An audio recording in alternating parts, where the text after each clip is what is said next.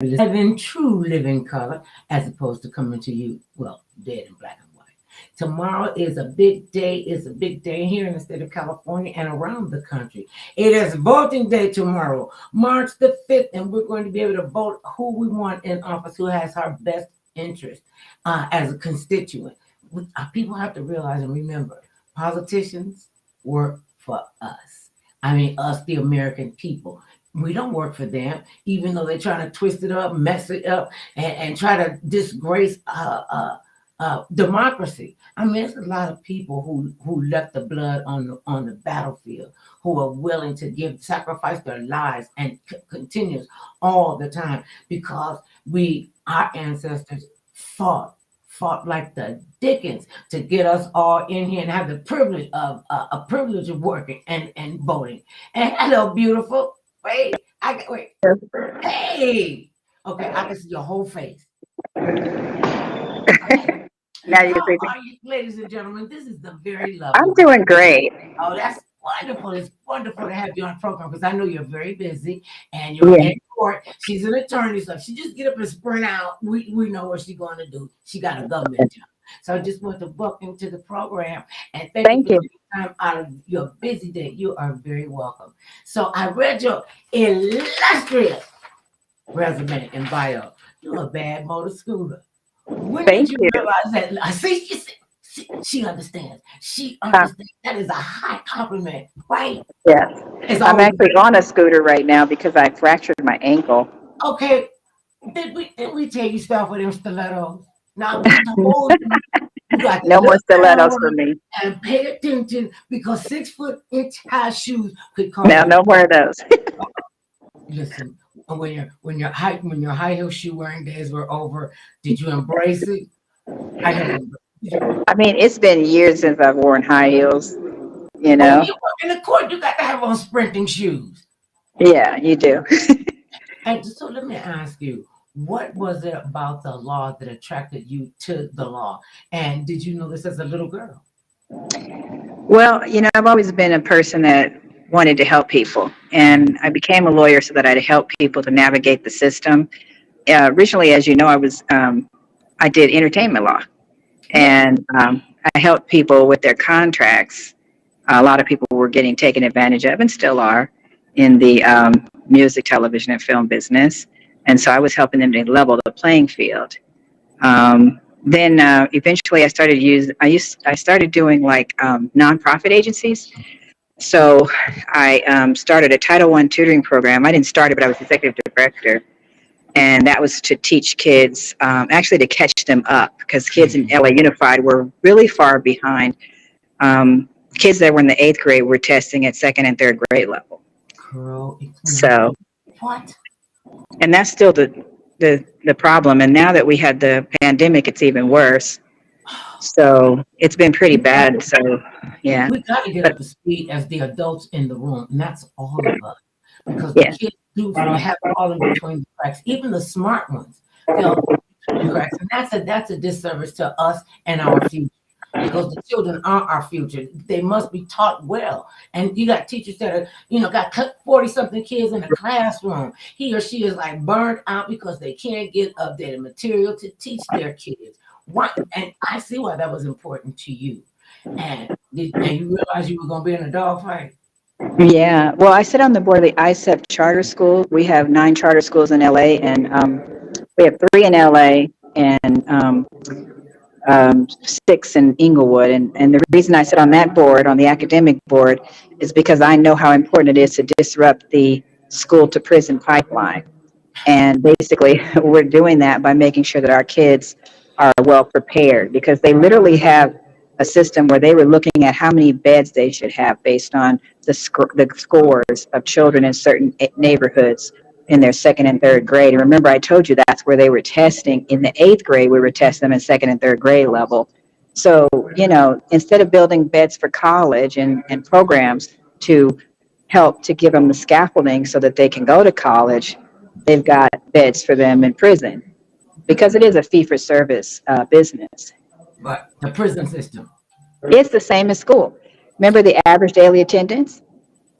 They get paid for every day. And the school gets paid for every day the children are there. Right. So when the kids aren't And there, do they still get paid? Because they can no, count. and that's why now Vice President Kamala Harris has started that program in Oakland where she was literally incarcerating parents for failing to bring kids to school because it's a loss of revenue to the school when they don't come to school. And the parents, do the parents know this? Are they aware of this? Because when I went to school, there was no option about you not having perfect attendance. Well, unless you got a job, you got to have perfect attendance. And a lot of the kids, unfortunately, are not being trained properly. Just basic life skills. How to smile at people, how to say good morning. How you can say good morning to somebody that you don't know. Yeah, you can do that. I was in a drugstore one day. And I heard this young guy, he couldn't have been no more than 15, 16 years old. See, I got to ask that. He was in there cussing up a storm. I didn't know who he was cussing out. I get around the corner to see what's going on because I'm nosy like that. He is talking to his girlfriend. And then I had an attitude with her because she didn't even understand, Rhonda, that she did not deserve to be spoken to like that. So that was oblivious to her. And I said, why do you think that's all right? She said, well, everybody around me cuss. So I didn't think it was a big deal, but you do know when you're using profanity. And you know you shouldn't be doing this out in public. In any place, you're a child. Unless you're paying rent, cuss all you want to. And that just broke my heart to know that young girl at this young age did not understand her worth, did not understand that she is valuable, that people see her and they want to hear from her. And I literally walked out the drugstore. I was in tears. I was literally, because I am a watch. When I see the Well, kids. that's actually a criminal act too, because, you get a restraining order and it restrains you from using negative speech as well. That's a violation. It's just something that they keep thinking that we can criminally affect behavior, and apparently that's not actually happening. So that's why I stand for restorative justice. We need to actually, if we get somebody in for those type of crimes, because those are precursors, if a person, it's like they get from one step to the other, you get away with this and then you move farther ahead. Because when I had in my substance abuse clinic, we talked about domestic violence and how that starts. There's a cycle. And it seems as though when people get away with one part, they escalate and escalate until they get to that physical. So we know that the verbal abuse is a precursor to that. See, now that's really something to know. Because when Yes. I would have, maybe in the back of my head, I might have thought, I don't think I knew it wasn't right, but I did not know that it was a criminal offense. Well, when you get, like, say, there's domestic violence restraining orders, and there's also, you can be charged with domestic violence, and if you are, then the criminal protective order will say that you can't do that. Even the family law protective order will say that, especially if it's in front of children. And what will happen is if you violate that, then it becomes a criminal act. Even for a civil restraining order, it becomes a criminal act and can be punished. But a lot of times, one thing I do like about domestic violence, because we legislated this. Hold on. I never would have heard. I would have thought I would have heard those words and like a. Well, no, what I'm saying about it is the charge. Okay. Not that I like it, but the charge is that people have to go to 52 weeks of domestic violence training, just to let them know the harms of that and how to respond differently. So the one good thing about that, we legislated that it's mandatory that once a person is convicted, whether they plead to it or they're convicted, they have to go through a 52-week domestic violence batterers training program. And then they also have to give $500 to a fund to help women's shelters, because many times women are unhoused, and that results in women and children being homeless. Many times that is a result of domestic violence. See, that's good. Some good information to know. I told you guys, you never know what you're going to learn on the Mother Love Show. I mean, that's really a big thing. And the fact that you hear about violent people and they have a restraining order on that person and they still come back. And I have seen those restraining orders fail some of these criminals because They do. get out of jail. So this young girl I knew, we were growing up together, beautiful young girl, had the whole world, looking for her to, do something really strong and positive. And she was doing that. And she had this rabble-rousing boyfriend. And he was always screaming and cussing. I said, "Why are you letting him talk to you like that?" "Oh, he don't mean nothing about it." I'm like, "Yes, he do." And then when you said about the escalation, he escalated. And she had matter of fact, she had a couple of restraining orders against him.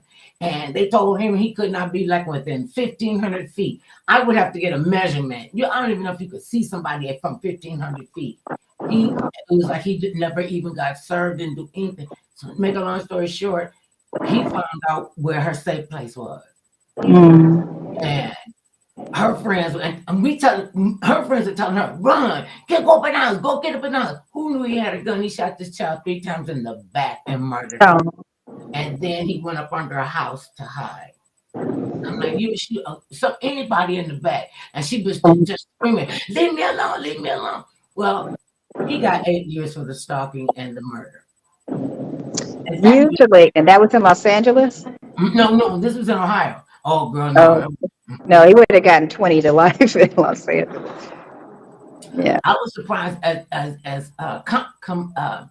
what's the word? Actually, that's a life sentence. He would have gotten 25 to life because of the stalking charge, and then that's laying in wait, and then he actually murdered her. So that's a premeditated first-degree murder. So that's at least worth 25 to life, maybe even LWOP, life without the possibility of parole, because he actually killed her. But they don't. Sometimes I don't understand how come they don't understand. I hope I'm saying this, the recidivism of going back to prison. It doesn't seem to frighten a lot of people. I remember talking to a guy. He had just got out of jail. I mean, literally, his parents picked him up from the prison. He went to shower, shampoo, and shine. Came to our event, and he said, "Oh, this is way too much activity for me. I don't need all of this." And he said, "I know how to deal with prison life." And he could not deal with civilian life. So my concern is, what are they doing for these offenders inside the prison system, if anything, to rehabilitate them? I mean, honestly. Not a lot. And we do have reentry programs, but not enough of them. We need to really make sure that we have those kind of programs. Many prisoners just get dropped off anywhere with less than $200 in their pocket, and then, hey, just do what you have to do. That's going to cause people to commit crimes. And, like you said, many people have been incarcerated for decades. They don't know how to cope outside of the walls, and they become what we call institutionalized. And some of those are fairly done, but there is about 20,000 people are waiting for resentencing right now because of the harsh sentencing laws. And I understand that we want to stop people from harming people. In some instances, that is an issue, like you said, the recidivism or people that, but it's in my thinking that person also has a mental health issue, and that's something that's untreated. And there's many people in the system that have mental health issues or have dual diagnosis, substance abuse / what we call a co-occurring disorder. And that's a lot of the people that are in the system. It's unfortunate, though, because there should be a reentry situation where they step down so that we can kind of assess their threat. We do have probation and we have parole agents, but parole agents are a lot of times just very punitive. They'll run around, see if they have a job and this, that, and the other. But what they really need to do is make sure they're getting counseling, because to me, if anybody spent a significant time in prison, I think they need counseling. It's not a place that's conducive to sanity.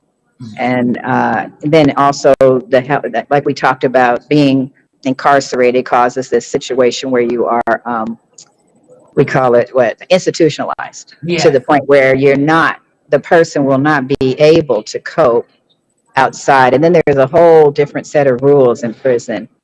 One thing I'm really concerned about is the Black and Mexican fighting that happens. Many of my clients, from both persuasions, like say if they're not in a gang, if they're Mexican and they're not in a gang, they go up there, they get beat up.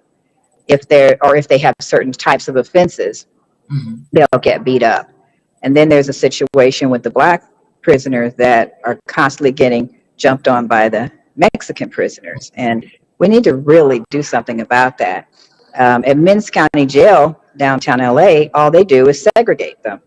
they need to start some counseling and things about that and try to get this situation. We need to have, like somebody talked about, a million-person march. I mean, we really need to do something about this. It's Recently, there was a black youth that was beat up really bad and stabbed over at Playa Vista, or the beach that used to be considered a black beach, um, Dockweiler. oh Um, yeah. yeah, Playa del Rey, we used to call it. And that was a situation where this kid was he was beat almost to death, and just for being black. He didn't do anything. As a matter of fact, they were beating up on a girl, and he was trying to stop them, and then they jumped on him and they stabbed him and they beat him up really bad. So this is his prison experience. No, this is a kid. This was recently outside of the walls, but I believe that happened in the walls. This whole infighting between black and Mexican in LA is really based on, the movie American Me, where they talked about the transfer of the power as far as the drugs were concerned from the mafia to the Mexican gangs. And they, to this day, they still run that, but they decided that they were going to run it through the Mexican mafia is going to run it through the gangs. And so since that time, there's been this situation, either when you're in prison and even when you're outside of the walls, there's been a fighting going on between the two. So do you believe that there is such an element called getting them some mental health resources? Because a lot of them don't even know why they're angry. A lot of them are mad because of something somebody did to them outside the walls, and if they go in bitter, they come out even more bitter. It's not many people that come out of prison, especially when they've been there a long time, come out of prison and try to acclimate themselves to what is going on in society now. Especially if you've been out of the main loop for over 20 years, things have changed so fast. I'm having a time trying to keep up with everything. I don't know all of the email lingo, and just when I think I have it all, they go and flip the script on me. So they just trying to keep the seasoned citizens out of their conversation. And I think it does all of us a disservice to not help these young men and women, and some of these older men. I just heard that they, the Innocence Project just got a group of young men, they kind of seasoned now out of prison where they served for 22 years. Right. And there was, and expect? the thing is that there was a couple of guys that they said they were actually factually innocent, that they actually did not commit the crime, but yet they were incarcerated for 20 years. But they found out through DNA evidence and other evidence that they were not actually the perpetrators of the crime. But they spent almost the whole time. They were actually sentenced to like 75 years or something like that, and which is outrageous. And I think they were 19, 21 when they were actually sentenced. And then they found out through the Innocence Project that they weren't even guilty. But I mean, there's two problems there. And that's why they've changed the law, but it hasn't caught up with everyone, because they're still doing the same thing, which is when you're between the age of 18 to 26, there's a law called AB 124 that says that they have to look at mitigating circumstances that might have affected you and affected your judgment, such as being a foster youth, or having substance abuse issues, or being traumatized sexually or abused by your parents. Those are just three of the main things, or having a mental illness even when you're a young person. That kind of evidence can be used to mitigate a sentence. And under AB 124, you're supposed to get the low term and the only one enhancement, because they would stack enhancements. So that's where they get to 75 years and, all those really ridiculously long sentences, because they're stacking enhancements and they're going consecutive instead of concurrent. So they're stacking them each one on top of the other. And that's where they get to these ridiculous sentences. And it seems that a lot of times when they give those sentences, it seems to be racially motivated, because you look at the outcome, that so many people of a certain persuasion have these multiple sentences. For instance, I had a client call me. Well, he wants to be a client, but I can't really help him because private attorneys can't do that. But he has over 60 years in state prison, and he's in his 30s, and this is based on human trafficking, supposedly. And he was telling me that 80% of the people that are in state prison for that are black males. interestingly enough, that human trafficking law was more based on people like bringing in people from other countries and using them as sex slaves, and also the large amount of youth that come up missing. A lot of times they find out they're missing because of human trafficking. So that was the intent of the law, but the actual implications or implementation of the law has affected disproportionately Black males with large, because those sentences are 15 to life, and they're long sentences, and basically they stack them on top of each other. And a lot of that that I know of is from drug dealing. And when you get to start, you saying, oh, for drug dealing, make it seem like you got 2,000 pounds of marijuana in your trunk, you got 800 pounds of cocaine in the secret panels and what have you, and they might have found a joint on you. And they say, well, you got to go to jail anyway. Okay, why? And they don't like smart people. I found that out. They don't like people smart and can outthink them. They know you got too big for your britches. I'm like, dude, anybody wore no britches in like 2 centuries. What are you talking about? They don't like, and one of our friends, she went to prison and she was there for a long time. And she said, well, I got, I dedicate my attention. She became an exceptional paralegal. They wanted her to go to law school. And they're saying that, and she fierce. She is so fierce. And I was asking, so where does this come from? She said, girl, I've been here long enough to see how awful the situation is with women and how they treat each other like property and not understanding and saying who they are. And like you said, people hurt each other. What do you say? Hurting people hurt people. Right. And they're just trying to take it out on somebody else. We got to take a quick break, and when we come back, we're going to hear some more from attorney Ronda R. Dixon. Now, are you in native California? I am born and raised. My parents were born and raised. So, I'm a native Angelina. And I'm running for seat 39 for the Los Angeles County Superior Court judge position. Okay. So I want people to vote. Voting is tomorrow. And say it again, I'm sorry. Vote March 5th, 2024. The ballots are already in, so they can vote at any time, but the last day to vote is tomorrow, March 5th, 2024, until 8 o'clock at night. So is it the long sentences? No, I'll let you answer that question. What made you say, I need to be a judge? I have any problem with this because I see what is happening or what is not happening? I have seen people that are not guilty be dragged through the justice system, and the collateral damage of being prosecuted can be massive to a person. It can literally put you into bankruptcy, stop you from working. There's a lot of collateral consequences only to be found out that you're not guilty, but dragged through the system for a long time. That does happen. There's a few people that, I'm not saying everybody is, and I'm not saying that it's a huge amount of people, but sometimes it's an issue of A, not guilty, or B, maybe not as guilty. And say that is that they don't need to be sentenced to 20 years to life. Maybe it's a 3-year sentence that's reasonable, but not these ridiculously long sentences for some of the crimes that people are being sentenced for.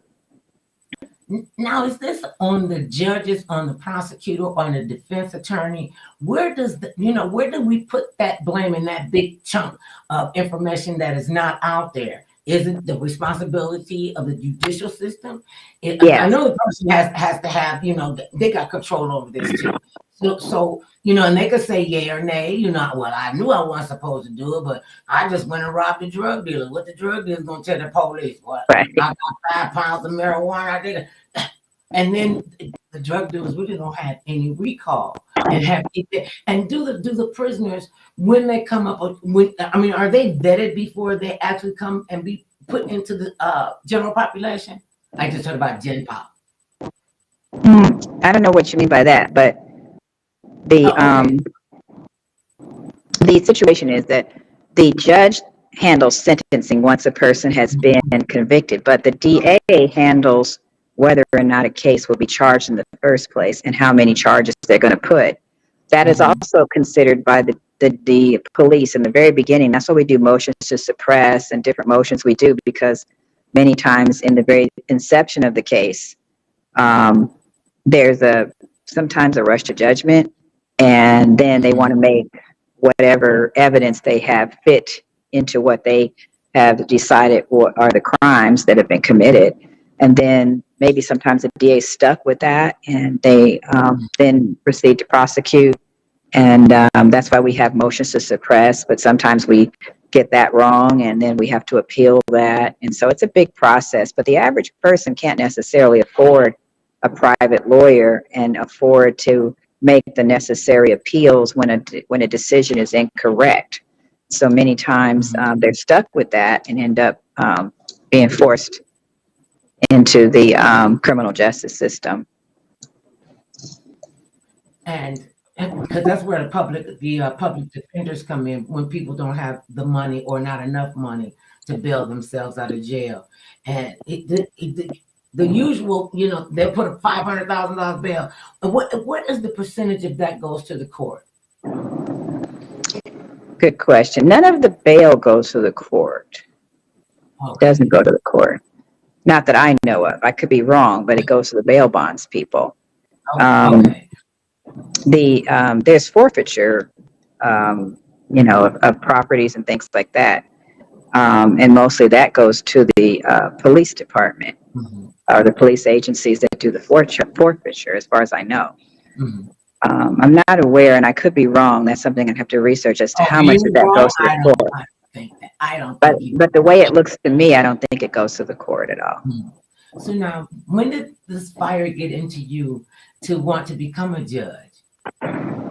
Well, just seeing the process, and I'll be honest with you, I've been a victim of the judicial system as well. When I had my substance abuse clinic, it was shut down along with 200 other substance abuse clinics in 2013, and I believe that the impetus to do that was political, and it was to reintegrate the monies, the $242 million that's a drug Medi-Cal carve out, to reintegrate that into the general fund for Medi-Cal, which they ended up doing 3 years later in 2016.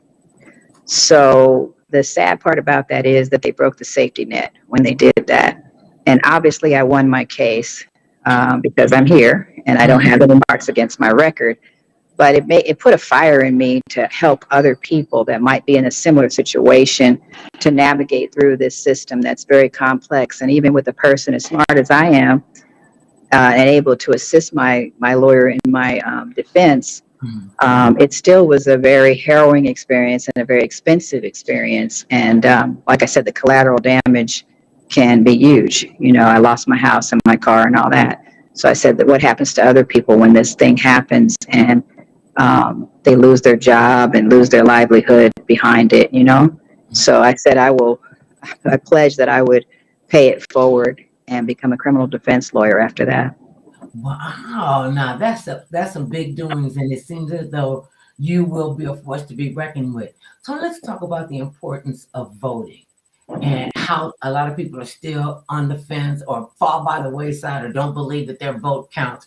Tell people how important it is for them to vote, yay or nay.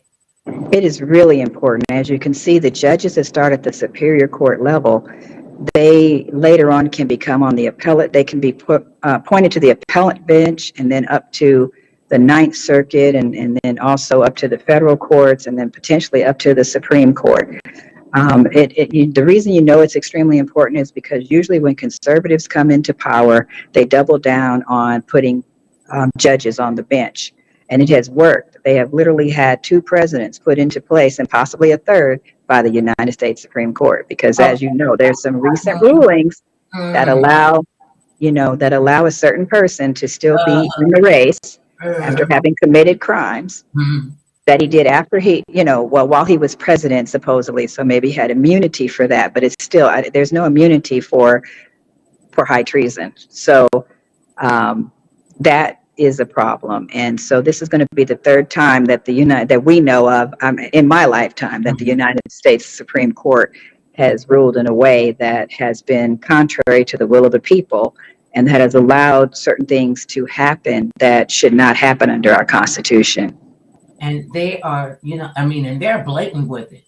They'll tell you right out, we don't want you to vote. And we want the ignorant people, the people that are reading at a second grade level, they're not even middle class people. They got them at the bottom of the rung of society, and just say, Mhm. I want you to stay there. I don't want you to go to school. You don't have to go to school. You can break the law. Oh, it'll be all right. Don't worry about this. I break the law all the time, and people don't listen to people when they tell you what they're gonna do, and they show you. So first time, shame on us, shame on me. Second time, shame on y'all. Because people got a right to vote, and people died so that we could continue to have the right to vote. You remember, they wouldn't let our grandmothers and my aunt mothers and them vote.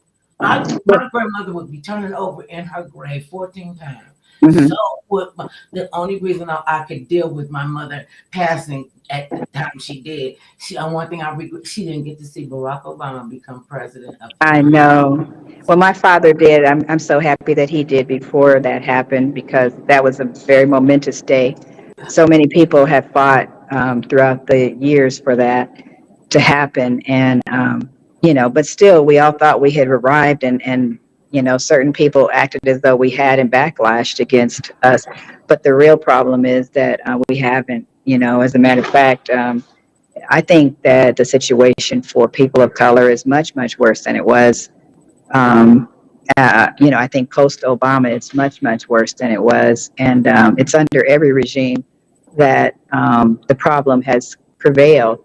Um, so there's three different kinds of justice. There's social, economic, and criminal justice. And one thing I want to make clear, out of the 400 judges in Los Angeles County, only 8% are black. And of those 8%, half of those are female. But yet the people on the other side of the bench are highly overrepresented. And they're not we don't have people from the community on the bench very often. And That's part that I don't understand, because we collectively can make a positive change for the outcome for us, for the people of color, for the women. And these old white men don't have a problem saying, I don't want no woman. I'm going to control her uterus. I'm going to tell her what she's going to do. And all the fellas that do this, just run away. Well, don't worry. She has to have the baby. When you heard that, I have been just flabbergasted that they allow the states to have say over what a woman does to her body, or any man. Any man mhm, is to say, and that right along right there, and not to be able to get adequate health care, because mhm. everybody thinks the Planned Parenthood, that's all they are, an abortion mill. They forget about Planned Parenthood. They forget about birth control. They forget about condoms. People have to be responsible for what they do to themselves. They don't get to tell us what to do. They Well, the have thing is, we're overstepped not this. we're not getting the right information and the right education on that, so that we can make our own decisions. But we almost have like a zero birth rate, I think, at this point, between maternal morbidity, maternal mortality, as well as infant mortality. We have a very, our population is dwindling a great deal. And I think that a lot of people aren't aware of the disparity, but it's just that it starts with the social economic situation. The enforced poverty causes people to, and a lot of the cultural things that are happening when we talk about racism, let's say implicit and explicit biases play a great role in it. And sometimes people start to, like you talked about the young lady that allowed herself to be cursed at because she had low self-esteem. There are people in the community that are starting things, groups. My friend Candy Lewis has the Positive Results Foundation, and she's been working on this whole dating violence and dating, this verbal abuse that moves into more than that. And I used to I gave her first platform when I had Dixon Recovery Institute, because I knew that the children that I was using, that I had, which was treating for prevention and intervention, needed to hear that. Um, there's a lot of substance abuse going on with that too. When there's a lot of domestic violence, that it turns out that there's substance abuse. A lot of times that's also involved with that. I saw this heartbreaking commercial that they're running about children having stress syndrome when they're little. They said the average 5-year-old who lives in an abusive environment is going to think that that's okay. And they're talking about, people cussing at their kids. And I've seen people just cuss their children out, slap them upside the head. So when they really do something that's really dangerous, what you going to do? Tie them to a bed and beat them with a rubber hose? What? It's just crazy. Oh, I'm having a flashback. I don't understand that. And I don't understand a lot of stuff. I'm still trying to figure out how people don't speak to you when you say hi. And they look at me like a third eye in the middle of my forehead. And I was like, okay. And it hurt me so bad, but they feel like they have nowhere to go. And they do. They don't want to go to church. They don't want to go to the hall. They don't want to go to temple. They don't want to do nothing. I just want to live my own life, and I don't want you telling me what to do. And see, my thing is, okay, baby, and just tell mother where your address is going to be. Since you want to try to tell me what to do when we running this show right here, kids will say awful things to their parents, and that's a first way a dual thing when you got a teenager, and the first thing, and especially if you got period, that's why you got to strike that fear of God and mother and father in their spirit when they little. So by the time you grow up, you know that you could get slapped. Well, maybe I'm in a different gym. We used to get slapped for that. I think unfortunately, my experience living and growing up in South Central Los Angeles is that the hyper incarceration rates have caused a lot of dysfunctionality in families, and the expectations and lack of preparedness to have, I think there's a lot of antisocial behavior, a lot of mental health issues that are affecting people, and they're not behaving correctly towards each other. I mean, it's almost like a hive disintegration. But I do believe, the DCFS gets involved. Sometimes I think they're hyper vigilant, but then, they do get involved in these cases. And nowadays, if you see someone spanking someone in public, and somebody calls the DCFS, they might have their children taken away because it's actually illegal to do that, or screaming and cursing at the child in public. That can't be done. And I know that this was a traditional disciplinary measure taken by Black people. I remember when I was a little girl, I had a babysitter that wanted me to go get a switch to whip myself with. But it was for something really stupid, though, because I wouldn't eat spinach. And I don't think you need to spank somebody for not eating spinach. That's ridiculous. Yeah, I didn't like it. So why should you eat it? See, when I grew up, we obviously in two different generations, because we ate what was put on the table. First time you say, I don't want to eat that, that's liver. That's my steak. She said, that's right, it is liver. And if you don't eat that, you're not getting another meal from me. This is not shit, a 5 and dime. You can forget that. And you would have to sit there until everything was on your plate was gone. Luckily, I had 2 brothers, and I eat very, very slow. I had 2 brothers, God rest both of their souls. And you know how you be talking, and you're looking around the room, and you're having a conversation, come make my piece of chicken gone. Or they bite it out and put the bite side down. I'm like, that food sabotage. But there was no, and I think they have too much leeway. I really do.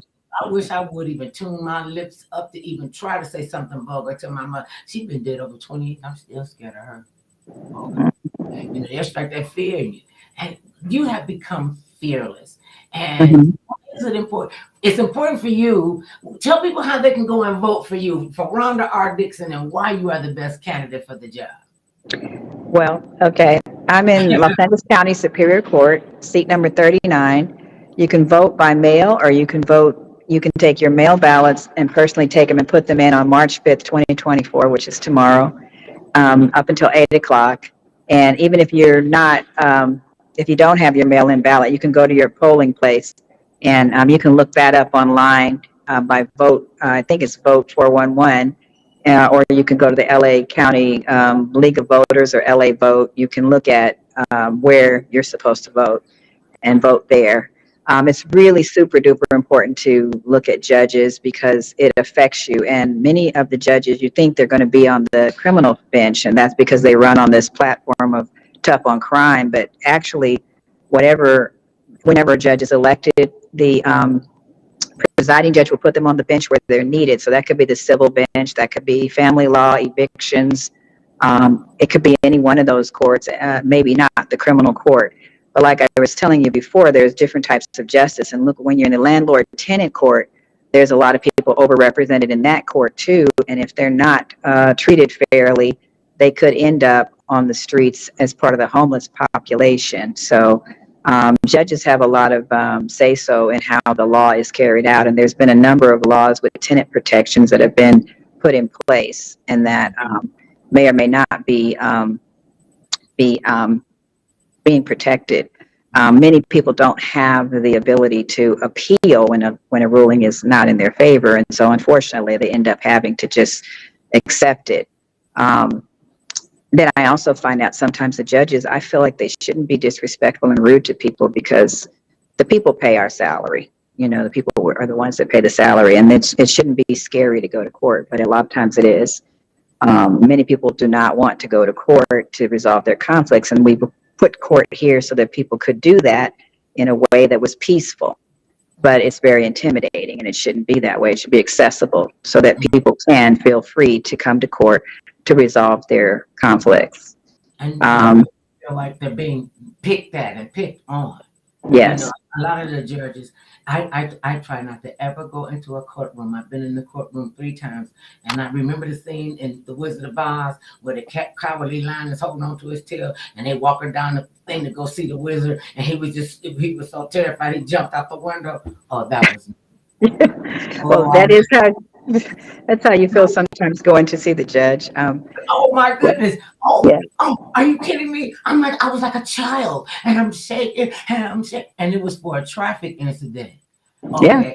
I could talk about it now. The police told me I was sitting at the light went from green to yellow, and I made the left turn. And he pulled me over, and he said, ma'am, do you realize what you did back there? I said, I went through the yellow light. He said, no, ma'am, the light was red. He said, well, let me see your driver's license. I said, I don't have a driver's license. He said, what do you mean you don't have a driver's license? I don't have a driver's license. And that's before they forced you to get out the car, right? Oh, he was this stupid grin on his face. He said, man, you got to come up in here. This is what this woman just said. I said, what ma'am, can we have your driver's license? I said, I told him, and I will tell you, I don't have a driver's license. He said, you know it's illegal to drive without a license. I said, I do now. He said, hey, you gotta go get a driver's license. And he told me, he said, they were laughing so hard. I thank God for a sense of humor. And I told him, I said, I don't have a driver's license. And he wanted to tell her, he said, I'm gonna tell you what I'm gonna do. I'm gonna give you this ticket. And I want you to go to court, and the judge would throw out the ticket. Just make sure you tell the judge what you just told us. I'm like, why would I tell the judge? What you would say? See, some people can work that whole angle. I went to jail for a reason, for a social issue. And, sometimes I could get a little carried away. And, they like, okay, lock her up in the holding room. She don't went mad. And I went to court, and the judge thought, he said, you're the best part of my day. I was easily entertained. Oh, I'm glad you find humor in my pain. I walked out. I have, from that day until this day, have never not had a valid driver's license. I don't even drive. You get a couple of death threats, and your husband say, no, I'm going to take you everywhere you go. I'm from the projects. You really think I'm afraid, And people love me. They ain't going to love you with that pocketbook if it's missing. So when we talk about your judgeship, okay, this is your first day on the bench. I'm putting out, you're going to win. You're going to win. Get out there and vote for Ronda. Thank you. So it's RondaDixonForJudge.com. If you want to have more information about me, vote for Ronda Dixon, seat 39 for Los Angeles County Superior Court Judge. Now, where is that? Where did you take? It's not a geographic area. What happens is Los Angeles County judges' races are countywide, and what happens is seat 39 is just the seat, so it's not an actual courtroom. And it's not a type of law that you'll practice. What happens is once you are elected, then the presiding judge of the Superior Court will then decide where to put you. So that's why I'm saying it doesn't matter if people say they're running on a tough on crime. They might end up in the family law court. They'll put you where they need you, not where you want to be. So Sometimes they now, do give a little preference to the fact that you want to be closer to home, mhm. but that's basically what happens. And you said that there are over 400 judges in the state of California, or just in Los Angeles County. It's LA County, so it's on everybody's ballot. Mhm. That's something. So when you go in, what would be what would be your top three things as a judge?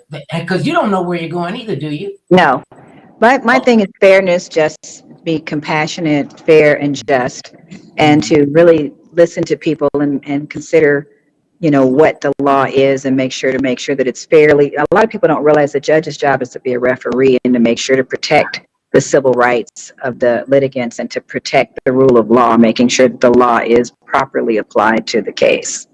And that So it should work for everybody the same way. yes, regardless of their socioeconomic status or their whatever their status or racial makeup or ethnicity, everybody should be treated fairly. And everybody deserves that. But they can hand out some really crazy sentencing. I'm still kind of weary from what's the little Higginbottom, the little boy that, well, he wasn't a little boy, he was a teenager who bought a gun, went across state line and shot and killed one man and wounded two others. And then he got off. The judge was like, let me just try to do everything I can to get this guy off. And when they found him not guilty, I know you know which one I'm talking about. I do. What Yeah, it was would racially be your motivated. Yeah, and so that's what happens is I think there's some implicit and explicit bias, and sometimes it comes out, and that I believe that ruling. I mean, even the transcripts of some of the things that the judge actually said indicates that that was racially motivated. It was. And even in the case with what's the other guy's name is gonna come to me, because one of my sorority sisters, God rest her soul, she was a victim of police brutality, and he took her to jail. Took this woman, she was getting ready to start a brand new job as a school teacher. Took this woman to jail. Now, me personally, I'm vertically challenged. I'm vertically challenged. She wasn't. Prison beds are only so high. She was well over 5'10". They said they found her hanging in her cell. And You're talking about Sandra Bland. I'm talking about my soror Sandra Bland, who is in the Yes. Omega.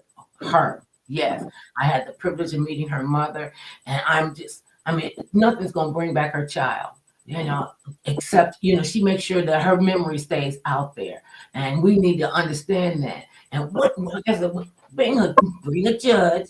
What would be the top three things? Well, you really don't know. Okay, but say you're in family court, and it's Well, I would bring up, I do know what I would do. If I'm on the criminal bench or regardless of where I'm put, I'm going to try to move for more restorative justice courts, more alternative sentencing courts, and giving the judge more leeway to do some more creative sentencing as opposed to just long prison terms. Because what we really want is to bring rehabilitation back into the system and try to bring people into the system that are not broken, and are able to come back and be productive citizens as opposed to giving them long prison terms that are just punitive and then dropping them back in the community to be part of our homeless population. you can do this one. So what? You've been in jail for 25 years. Things haven't changed that much. I saw a movie. I think it was a period movie about the gangsters, and one gangster had come over to another gangster's house, and the kids were out there playing in the yard and everything. And the dude said, "Well, what is this?" He said, "That's a microwave." He said, "What is a microwave?" Somebody he didn't even know what the heck it was. He had never seen a phone not be on the hook. Mhm. He was just, like fascinated with technology. But some people are not going to be impressed with the technology because of where they were in the environment that they came from. When you Mhm. talk about like violent crimes and what have you, or even social situations, a custody battle, because I've seen people lie in custody battles, and I was like, Mhm. he didn't ever say that, but you can't say anything. Oh, this is my question. I always want to ask an attorney this question. Okay, the jurors there, they bring in the verdict, they hand it to the judge opens it up. The judge hands it back to the bailiff, the bailiff hands it to the chairperson, where the foreman of the jury, and the judge says, "Have you reached the verdict?" Well, you already reached the verdict, you saw it, but you gotta go. Mhm. Oh, Yeah, you they're gotta go. calling me to court. But I just okay. Well, just tell me why they do that. the judge sees it, then they hand it back, and if they ask, or he or she asked the jury, have you reached the verdict yet? You just saw it. They always do that. It's the jury's duty to make the ruling, the trier of fact, and then it's the judge's duty to carry out the sentence. Well, they did that, and I just want to thank you so much, Ronda R. Dixon, on the ballot for the 39th Circuit of the Court, right? Did I say it right? The 39th seat of the Los Angeles County Superior Court. And you're going to be floating around? Now, do they change you out? It depends, Maybe I'll be put on the criminal bench. I'll be pushing for that, but, I'll be ready to go wherever I go. Well, it is my distinct honor and pleasure, and I have to thank Star Salter. She knows what kind of people. I hope that you enjoyed your stuff here with us. Got the word out. We'll continue to get the word out. Rhonda R. Dixon. All right, baby. Peace and blessings, and good luck. Thank you. Tomorrow's march. Take yourself to the court, wherever you are. Go vote. Thank you. Take care. You too. Bye-bye. Bye-bye. So, okay. So, you just hang up. Okay. I'm trying. I knew you don't know how to hang up the phone, do you?